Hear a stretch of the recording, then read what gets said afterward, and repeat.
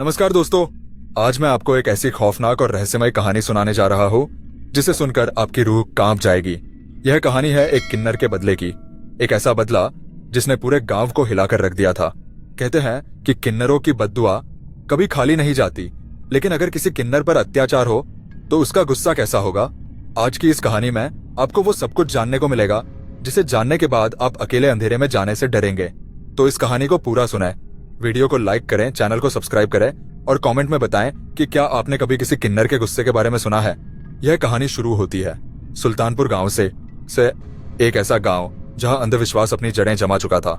वहां के लोग किन्नरों को अपशगुन मानते थे और उनके साथ बहुत बुरा व्यवहार करते थे। गांव के बड़े बुजुर्ग कहते थे कि किन्नरों को अपने घर में घुसने मत दो, वरना उनका साया पूरे परिवार को बर्बाद कर देगा। लेकिन यह सच नहीं था। असल में यह गांव के लोगों की बेरहमी थी जिसने एक मासूम किन्नर को राक्षस बना दिया। नाम था चंपा। वो एक शांत और दयालु किन्नर थी, लेकिन गांव वालों ने उसे कभी इज्जत नहीं दी। उसे ताने दिए जाते, मारपीट की जाती और एक दिन हद पार हो गई। एक अंधेरी रात थी, आसमान में बिजली चमक रही थी और पूरा गांव गहरी नींद में सो रहा था। लेकिन अचानक हवाओं में एक अजीब सा बदलाव आया।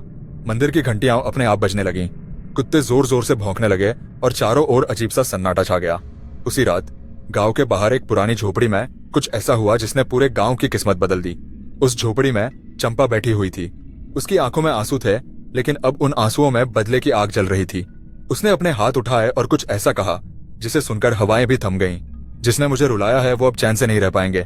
मेरी आत्मा जब तक बदला नहीं लेगी तब तक इस गांव में कोई सुख शांति नहीं रहेगी। आगे क्या हुआ जानने के लिए बने रहे। अगली सुबह गांव के लोग हमेशा की तरह अपने अपने काम में व्यस्त थे। किसी को नहीं पता था कि रात को क्या हुआ था, लेकिन फिर कुछ अजीब घटने लगा। गांव के सबसे अमीर आदमी रामलाला के घर से एक जोरदार चीख सुनाई दी। लोग दौड़कर वहां पहुंचे तो देखा कि रामलाल का 10 साल का बेटा विजय बुलो बेहोश पड़ा था। उसके शरीर पर अजीब से निशान थे, जैसे किसी ने नाखूनों से नोच दिया हो। पूरे घर में अजीब सी दुर्गंध फैली हुई थी। रामलाल की पत्नी रोते हुए कहने लगी, यह कोई साधारण बीमारी नहीं है, यह किसी आत्मा का प्रकोप है। गांव के तांत्रिक को बुलाया गया। तांत्रिक ने घर में झाड़ फूंक शुरू किया, लेकिन जैसे ही उसने मंत्र पढ़ना शुरू किया कमरे की सारी लाइट्स बंद हो गईं। एक भयानक हवा का झोंका आया और पूरा कमरा ठंडा हो गया। तांत्रिक ने आंखें बंद की और ध्यान से सुनने लगा। फिर अचानक उसकी आंखें खुल गईं। उसने घबराई हुई आवाज में कहा, यह आत्मा बहुत गुस्से में है, इसने सिर्फ शुरुआत की है। गांव वालों के दिलों में डर घर कर गया, लेकिन उन्हें यह नहीं पता था कि यह तो सिर्फ पहली घटना थी। उस रात गांव में और भी अजीब चीजें होने लगी। लोग कहते हैं कि आधी रात को किसी औरत के रोने की आवाज सुनाई देने लगी। मंदिर की घंटियां अपने आप बजने लगी। कुएं के पानी में खून जैसा कुछ तैरता दिखा। और सबसे डरावनी बात, गांव की गलियों में किसी के पैरों की आवाज आती, लेकिन जब लोग पलटकर देखते तो वहां कोई नहीं होता। ये सब देखकर गांव के लोग डरने लगे, लेकिन उन्हें अब भी यह नहीं पता था कि असली आतंक अभी बाकी है। रात का समय था, पूरा गांव सन्नाटे में डूबा हुआ था, लेकिन रामलाल के घर में कुछ ऐसा हो रहा था जिसने पूरे गांव को दहला दिया। अचानक घर की दीवारों पर लाल रंग के अजीब निशान उभरने लगे, जैसे किसी ने खून से कुछ लिखा हो। निशान धीरे धीरे बन रहे थे और सबकी आंखों के सामने एक नाम लिखा गया, चंपा। यह देखकर रामलाल की पत्नी जोर जोर से चिल्लाने लगी। उसने अपने पति से कहा, यह वही किन्नर है जिसे गांव वालों ने सताया था, वो वापस आ गई है, अब हम सब मारे जाएंगे। गांव के बड़े बुजुर्गों ने एक आपातकालीन बैठक बुलाई। सब लोग गांव के चौपाल में इकट्ठा हुए और एक बुजुर्ग ने कहा, हमने बहुत बड़ी गलती कर दी। हमने चंपा को सताया, उसे मारा पीटा और गांव से निकाल दिया। वो मरते दम तक हमसे बदला लेना चाहती थी। अब उसकी आत्मा हमें चैन से नहीं रहने देगी। कुछ लोगों ने इसका मजाक उड़ाया, लेकिन तभी चौपाल के बीचों बीच रखी मशाल अचानक बुझ गई। अंधेरा छा गया और हवा इतनी ठंडी हो गई कि लोगों के शरीर कांपने लगे। तभी किसी ने धीमी आवाज में सुना, मेरा बदला अभी अधूरा है। यह आवाज सुनते ही सबकी रूह कांप गई। गांव के लोग भागकर अपने अपने घरों में बंद हो गए। लेकिन यह सिलसिला यही नहीं रुका। आधी रात को गांव के हर घर के दरवाजे खुद ब खुद खटकने लगे। किसी को ऐसा महसूस हुआ जैसे कोई उनके कानों में फुसफुसा रहा हो। किसी के घर में सफेद साड़ी पहने एक परछाई दिखी जो धीरे धीरे पास आती गई और फिर गायब हो गई। गांव का माहौल डरावना हो चुका था, लेकिन असली खौफ तो अभी बाकी था। आगे क्या होगा जानने के लिए बने रहे। गांव के लोगों ने पूरी रात जागकर बिताई, लेकिन सुबह होते ही सबकी रूह कांप गई। गांव के ठीक बीचों बीच पुराने पीपल के पेड़ से रामलाल लटका हुआ मिला। उसकी आंखें खुली हुई थी, चेहरा सफेद पड़ चुका था और उसके गले पर गहरे काले निशान थे, जैसे किसी ने रस्सी से नहीं बल्कि नाखूनों से उसे जकड़कर मारा हो। गांव के लोग डर के मारे कुछ बोल नहीं पा रहे थे। तभी किसी ने देखा कि रामलाल के शरीर पर खून से लिखा था, यह सिर्फ शुरुआत है। गांव के लोग बुरी तरह डर गए थे। किसी को समझ नहीं आ रहा था कि यह सब कैसे हो रहा है तो सरे कुछ लोग तांत्रिक के पास भागे और बोले, बाबा हमें बचा लो, चंपा की आत्मा हमें मार डालेगी। तांत्रिक ने अपनी आंखें बंद की, कुछ देर तक ध्यान लगाया और फिर अचानक आंखें खोलकर बोला, अब बहुत देर हो चुकी है, यह आत्मा बहुत शक्तिशाली हो चुकी है, इसे रोकना आसान नहीं होगा। गांव के मुखिया ने तांत्रिक से कोई उपाय बताने के लिए कहा, लेकिन तांत्रिक का चेहरा उतरा हुआ था। उसने सिर्फ इतना कहा, यह आत्मा खुद नहीं रुकेगी, इसे रोकने के लिए किसी को बहुत बड़ी बलि देनी होगी। यह सुनकर गांव वालों की हालत और खराब हो गई। लेकिन तभी किसी ने देखा कि गांव के कुएं से सफेद धुआं निकल रहा था। जैसे ही लोग पास गए, कुएं से एक भयानक चीख निकली और पानी पूरी तरह से लाल हो गया।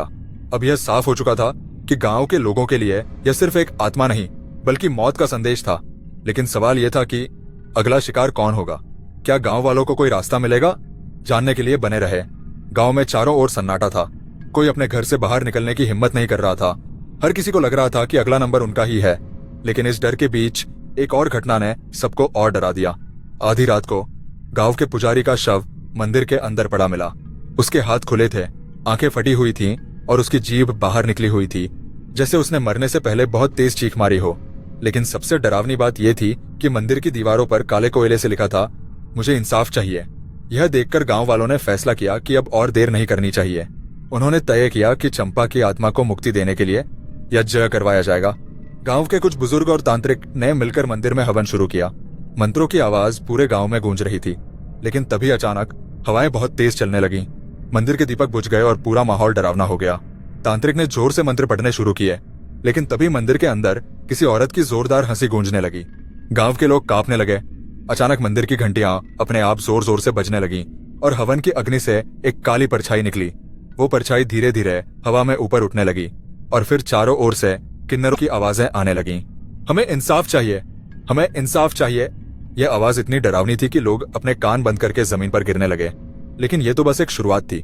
क्या यह आत्मा इतनी आसानी से शांत होगी या फिर गांव को इसके बदले की आग में जलना पड़ेगा? जानने के लिए बने रहे।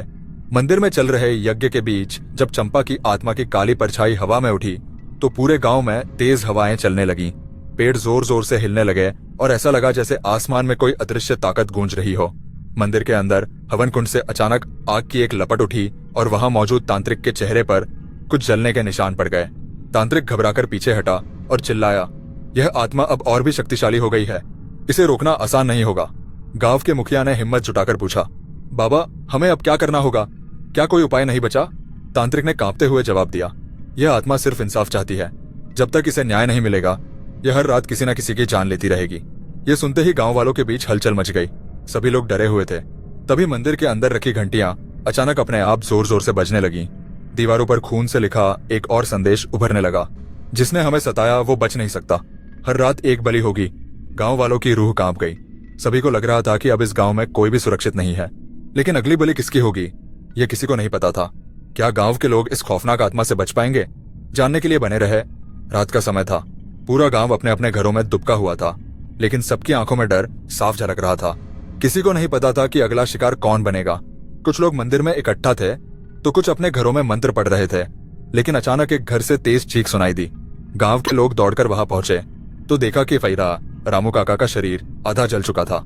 उनकी आंखें बाहर निकली हुई थीं और उनके शरीर पर अजीब सी लकीरें बनी हुई थीं, जैसे किसी ने गर्म लोहे से उनके शरीर को जलाया हो। उनके घर की दीवार पर फिर से वही खौफनाक संदेश लिखा था, यह तो सिर्फ शुरुआत है। गांव में अब तक जितने भी लोग इस आत्मा का शिकार बने थे वे सभी वही लोग थे जिन्होंने कभी ना कभी किन्नरों को सताया था। गांव के बुजुर्गों को यह समझ आ चुका था, क्या यह सिर्फ एक आत्मा का प्रकोप नहीं है बल्कि यह बदले की आग है। लेकिन इसका अंत कैसे होगा यह किसी को नहीं पता था। गांव के कुछ लोग अब यहाँ से भागने की योजना बनाने लगे। लेकिन क्या यह आत्मा उन्हें भागने देगी? आगे क्या होगा ताकि जानने के लिए बने रहे। गांव में अब हर कोई अपनी जान बचाने के लिए सोच रहा था। कुछ लोग अपने परिवार को लेकर गांव छोड़ने की कोशिश कर रहे थे। लेकिन जैसे ही कुछ लोग गांव की सीमा पर पहुंचे वहां उन्होंने देखा कि सड़क के बीचों बीच एक सफेद साड़ी पहने एक औरत खड़ी थी। उसका चेहरा धुंधला था लेकिन उसकी आंखें चमक रही थीं। जैसे ही लोगों ने गाड़ी आगे बढ़ाई वह औरत अचानक हवा में उड़ने लगी और जोर से चीखी, कोई बच नहीं पाएगा।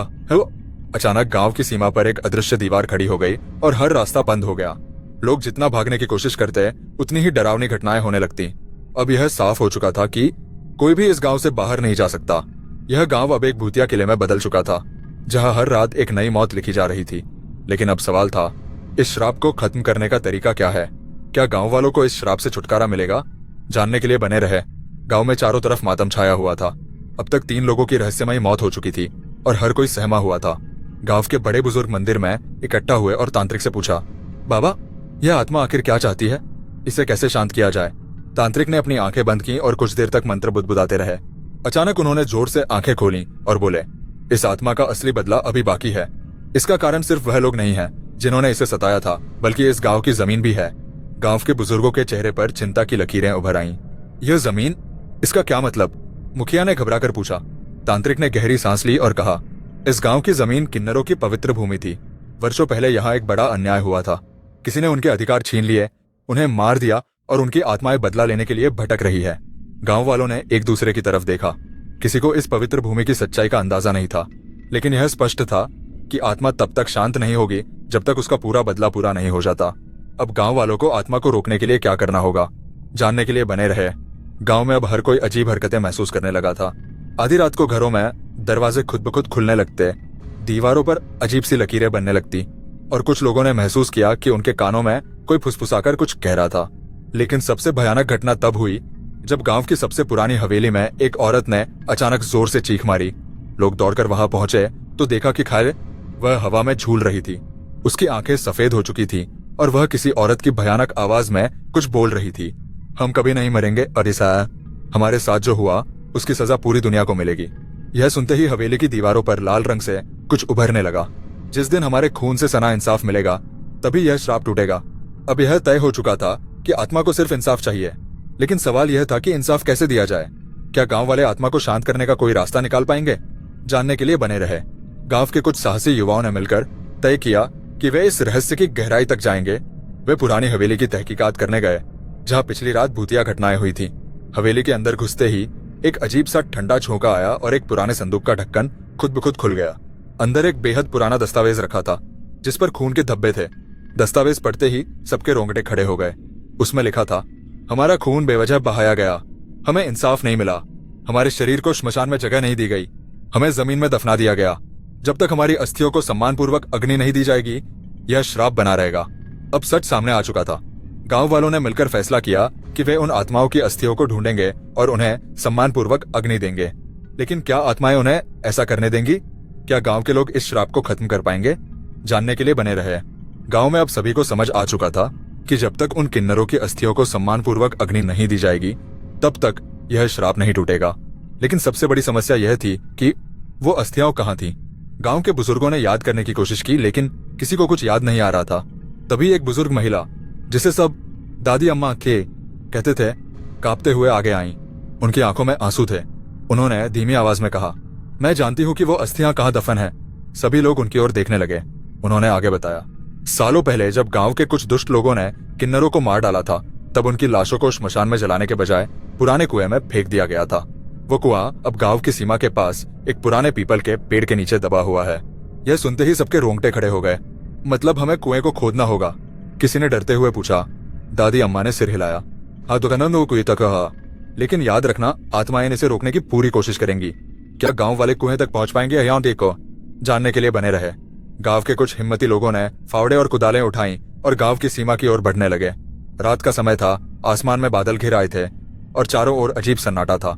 जैसे ही उन्होंने कुएं के ऊपर की मिट्टी हटानी शुरू की, अचानक तेज हवाएं चलने लगीं। रुक जाओ! एक भयानक आवाज हवा में गूंज उठी। अचानक एक आदमी की आंखें पलटी और वह अजीब तरीके से हंसने लगा। तुम लोग बच नहीं पाओगे। जो भी हमारी शांति भंग करेगा वो मरेगा। गांव वालों के पैर कांपने लगे, लेकिन उन्होंने खुदाई जारी रखी। जैसे जैसे मिट्टी हटती गई, कुएं का घेरा धीरे धीरे दिखने लगा। तभी कुएं से अचानक काले धुएं का गुबार उठा और उसमें से किन्नरों की आत्माएं प्रकट होने लगी।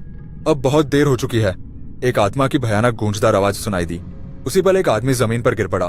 उसकी गर्दन पर जलने के निशान उभर आए। गांव वालों ने हिम्मत जुटाई और मंत्रोच्चारण करने लगे। तांत्रिक भी वहां पहुंचा और हवन शुरू कर दिया। लेकिन क्या यह आत्माएं इतनी आसानी से हार मान जाएंगी? क्या गांव वाले अस्थियों को निकालकर आत्माओं को शांत कर पाएंगे? जानने के लिए बने रहे। गांव वालों ने जैसे तैसे खुदाई पूरी की। कुएं के भीतर से हड्डियों के ढेर निकलने लगे। लेकिन जैसे ही अस्थियों को उठाने की कोशिश की गई, एक जोरदार गर्जना गई हुई और आसमान में बिजली कड़क उठी। रुको, ये तुम्हारी कब्रगाह बन जाएगी। एक काली छाया अचानक कुएं से निकलकर हवा में तैरने लगी। उसका चेहरा भयानक था, आंखें अंगारे की तरह जल रही थीं। गांव वाले डर के मारे पीछे हट गए, लेकिन तांत्रिक ने जोर से मंत्र पढ़ना शुरू किया। उस छाया ने हवा में एक भयानक अट्टहास किया और गांव के एक आदमी की गर्दन मरोड़ दी। वह वहीं ढेर हो गया। अब गांव वालों के पास सिर्फ एक ही रास्ता था, अस्थियों को तुरंत श्मशान ले जाकर अंतिम संस्कार करना। लेकिन सवाल यह था कि क्या वे श्मशान तक सुरक्षित पहुंच पाएंगे? क्या आत्माएं गांव वालों को रोक पाएंगी? जानने के लिए बने रहे। गांव वाले किसी भी हालत में अस्थियों का अंतिम संस्कार करना चाहते थे, लेकिन यह आसान नहीं था। जैसे ही वे अस्थियों को लेकर श्मशान की ओर बढ़े, हवा का बहाव तेज होने लगा। पीपल के पेड़ से झूलती परछाइयां अचानक से हंसने लगीं। तुम लोग हमें जलाकर हमारी पीड़ा खत्म करना चाहते हो, लेकिन यह इतना आसान नहीं होगा। अचानक रास्ते में खड़े 3 लोग हवा में उछल गए और किसी अदृश्य शक्ति ने उन्हें जमीन पर पटक दिया। उनकी हड्डियां चटकने की आवाज सबने सुनी। अब क्या करें? गांव के मुखिया ने कांपती आवाज में पूछा। तांत्रिक ने तेज स्वर में कहा, हमें एक पल की भी देरी नहीं करनी चाहिए। जल्दी चलो, नहीं तो ये आत्माएं हम सबका सर्वनाश कर देंगी।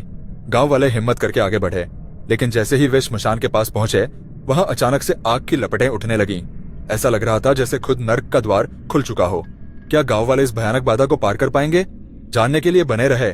श्मशान के द्वार पर पहुंचते ही एक जोरदार गर्जना हुई और चारों ओर से काली छायाएं प्रकट होने लगीं। वे हवा में तैर रही थीं, उनकी आंखें जलती कोयले जैसी चमक रही थी। तुम लोग इस अग्नि के पार नहीं जा सकते। तांत्रिक ने तुरंत अपने झोले से पवित्र भस्म निकाली और मंत्रोच्चारण करते हुए गांव वालों पर छिड़क दी। भस्म छूते ही आत्माएं पीछे हटने लगीं, लेकिन वे इतनी आसानी से हार मानने वाली नहीं थीं। तभी अचानक एक आत्मा ने गांव के एक लड़के के शरीर में प्रवेश कर लिया। उसकी आंखें पलटी और उसने खौफनाक आवाज में कहा, तुम्हारे पूर्वजों ने हमें मौत दी थी, अब हम भी तुम्हें चैन से नहीं जीने देंगे। गांव वालों की हालत पतली हो चुकी थी, लेकिन तांत्रिक ने जोर से एक मंत्र पढ़ा और लड़के के सिर पर हाथ रखा। कुछ ही पलों में वह जमीन पर गिर पड़ा और आत्मा बाहर निकल गई। अब गांव वालों के पास बस कुछ ही मिनट थे। अगर वे जल्दी नहीं करते तो आत्माएं फिर से हमला कर देती। क्या वे अस्थियों को अग्नि दे पाएंगे? जानने के लिए बने रहे। गांव वालों ने जल्दी से लकड़ियां इकट्ठी की और अस्थियों को चिता पर रखा। तांत्रिक ने मंत्रोच्चारण शुरू किया और आग लगाने के लिए जैसे ही मशाल उठाई, एक जोरदार चीख गूंजी। रुको, हमें जलाने से पहले हमारी अंतिम इच्छा सुनो। आत्माएं अब पूरी ताकत से कांप रही थीं। उनमें से एक ने अपनी दबी हुई आवाज में कहा, हमें जलाने से पहले उन दोषियों की सजा भी तय करो जिन्होंने हमें इस हाल में पहुंचाया। गांव के कुछ बुजुर्ग कांपते हुए एक दूसरे की ओर देखने लगे। उन्हें अब समझ आ गया था कि आत्माएं सिर्फ मुक्ति नहीं चाहती, बल्कि न्याय भी चाहती हैं। तांत्रिक ने गांव वालों से कहा, हमें इन आत्माओं को इंसाफ देना ही होगा, वरना यह श्राप कभी खत्म नहीं होगा। अब गांव वाले क्या करेंगे? क्या दोषियों की पहचान होगी? जानने के लिए बने रहे। गांव में अब हर कोई डरा हुआ था। तांत्रिक ने गांव के सबसे पुराने रिकॉर्ड खंगाले और एक चौंकाने वाली सच्चाई सामने आई। गांव के जिन पूर्वजों ने किन्नरों पर अत्याचार किया था, उनके वंशज आज भी गांव में थे। उनमें से कुछ लोगों ने आत्माओं की तकलीफ को नजरअंदाज किया था और उनकी दुर्दशा का मजाक उड़ाया था। अब आत्माएं इन्हीं लोगों से बदला चाहती थीं। तांत्रिक ने ऐलान किया, इन आत्माओं की आखिरी इच्छा पूरी करने के लिए हमें इन्हें न्याय देना होगा। गांव के मुखिया ने सिर झुका लिया। अब सवाल था कि दोषियों को क्या सजा दी जाएगी। क्या गांव इन आत्माओं को इंसाफ दिला पाएगा? जानने के लिए बने रहे। गांव वालों ने मिलकर फैसला किया कि जिन लोगों के पूर्वजों ने यह पाप किया था, वे सार्वजनिक रूप से माफी मांगेंगे और इस स्थान पर एक किन्नर मंदिर बनवाया जाएगा। जैसे ही गांव के दोषी परिवारों के लोग आत्माओं से माफी मांगने लगे, हवाओं की गति धीमी हो गई। पीपल का पेड़ शांत हो गया और श्मशान के ऊपर काले बादल छूटने लगे। अब समय था अंतिम संस्कार का। तांत्रिक ने मंत्र पढ़ते हुए अग्नि प्रज्वलित की और जैसे ही अस्थियां जलने लगीं, आत्माओं की चीखें हवा में घुल गईं। अब हमें मुक्ति मिल गई। एक हल्की सी रोशनी आसमान में समा गई और गांव में फैले श्राप का अंत हो गया। लेकिन क्या आत्माएं सच में चली गईं या फिर कभी वापस लौटेंगी? आखिरी भाग में जानिए, क्या यह अंत था या एक नई शुरुआत? गांव अब सामान्य हो चुका था। लोग अपनी जिंदगी में व्यस्त हो गए, लेकिन कुछ लोगों को अब भी लगता था कि पीपल के पेड़ से कभी कभी कोई साया झांकता है। एक रात गांव का एक बच्चा खेलते खेलते उस कुएं के पास चला गया जहां पहले आत्माएं प्रकट हुई थीं। अचानक उसे लगा कि कोई उसके कान में फुसफुसा रहा है। हमारी कहानी अभी खत्म नहीं हुई। बच्चा डर के मारे भागा, लेकिन जैसे ही उसने पीछे मुड़कर देखा, वहां कुछ नहीं था। क्या यह सिर्फ उसका भ्रम था या फिर कोई और अनकही सच्चाई बाकी थी? यह तो आने वाला वक्त ही बताएगा। दोस्तों, अगर आपको यह कहानी पसंद आई हो तो लाइक जरूर करें। कमेंट में बताइए कि आपको कहानी का कौन सा हिस्सा सबसे ज्यादा डरावना लगा। अगर आप ऐसी ही रहस्यमयी और खौफनाक कहानियां सुनना चाहते हैं तो चैनल को सब्सक्राइब करें और बेल आइकन दबाएं ताकि कोई भी नई कहानी आप मिस न करें। मिलते हैं अगली कहानी में एक और डरावने रहस्य के साथ। तब तक के लिए शुभ रात्रि।